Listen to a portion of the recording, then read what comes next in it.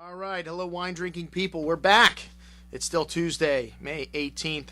Back for our Gruaud Larose wrap up from Friday night.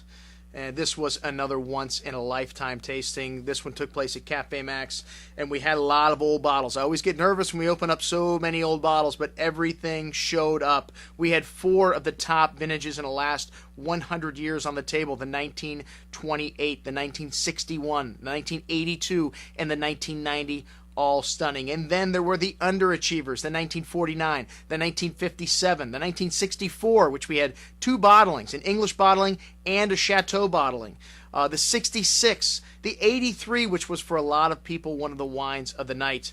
As I mentioned, the overachievers and the all-star legendary vintages all showing up. Most of the crowd were simply amazed by the provenance of these old bottles, and it was no surprise to me as they all came from the cellar of Dr. Bob Maliner. We have drank many bottles from Dr. Bob's cellar, and I can only remember one bottle over the last decade or so that was bad. It was a 1985 Côte d'Estournel half bottle. And I don't mean to say that we didn't get any bottles that were not perfect examples, but just one bottle that I had to remove from the table that we couldn't drink. So another stunning night for Dr. Bob's cellar. This is the fourth 1928 vintage wine that we've had in the last few years, and all of them, even though the fill on this one was down to about here for an 82-year-old wine, that is somewhat normal, down to about here. So this one, I would say one of the best. The 28 Latour was the best of the 4. Then the Mouton, the Gruaud Larose and Mouton right there neck and neck for second place, and the Pontet Canet would have came in last. But this 28 was a stunner. It was a lot of people's wine of the night. Still had a lot of lovely red currant berry fruit to it, even more fruit than the 1949, which still showed lovely freshness and elegance and spice, but not quite as much fruit as the 28, its older brother. Okay, and then on to the 57. The 57, when we opened this wine up, had the most incredible cigar box bouquet coming out of just the nose of the bottle. Once it was open and in the glass, it definitely lightened up a little bit, but this wine was still good all the way to the end of the night as I drank the last few drops before I walked out the door. Okay, and then the 1961, one of the great legendary vintages of Bordeaux. This wine was still young, still had a lot of lovely red currant berry fruit to it, plum, and then these unresolved tannins. This wine still had a ways to go in your cellar. If you have 61 Gruaud Larose, the wine is still stunning.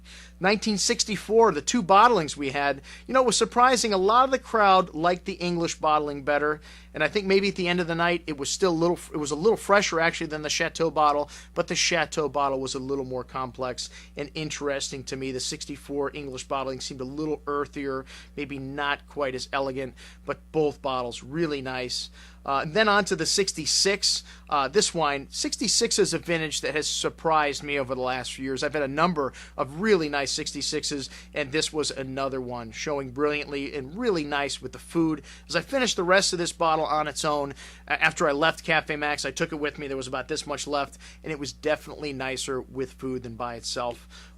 Drying out a little bit without the food, but still very nice. Okay, and then we took a big skip forward to 1982. 82 was the vintage that made Robert Parker famous. He was the one critic that went out on a limb and said this is a great vintage in Bordeaux. And because it was so unlike most other vintages in Bordeaux, so warm and so California-esque, a lot of critics were very quick to criticize 1982, which has turned out to be a legendary vintage. This made Robert Parker famous. And the 83 side by side just made this 82 seem young and seem like it needed 10 or 20 more years in the cellar. A wine still very young, lots of legs left to go, maybe a bit too young when drinking with this crowd.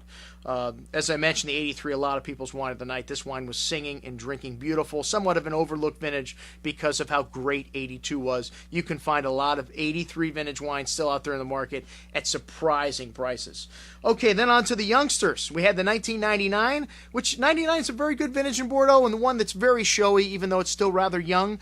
And then the 2004. The 2004 was a lot of people's favorite. And as a wine merchant, it was one of my favorites because I still have this wine to sell. That's right, folks. We have over a case of this great second growth for $65 a bottle. I can't tell you how many California wines that haven't been around more than 4 or 5 years are selling for double this price.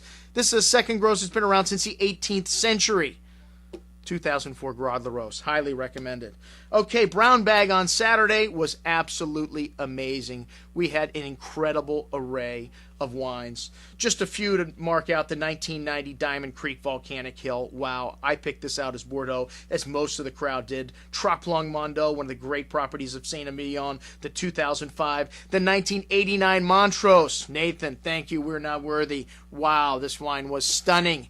One of the wines of the day for me. 2000 Bouchard Merceau Perriers, another incredible wine. I picked this out as a California Chardonnay, as I mentioned, Merceau being the most Chardonnay-esque. But a few of the crowd did pick it out as white Burgundy, even though I tried to convince them otherwise. And then a little Zin Umbric Pinot Gris Grand Cru Rangan, 2003. 1994 Smith-O Lafite Blanc.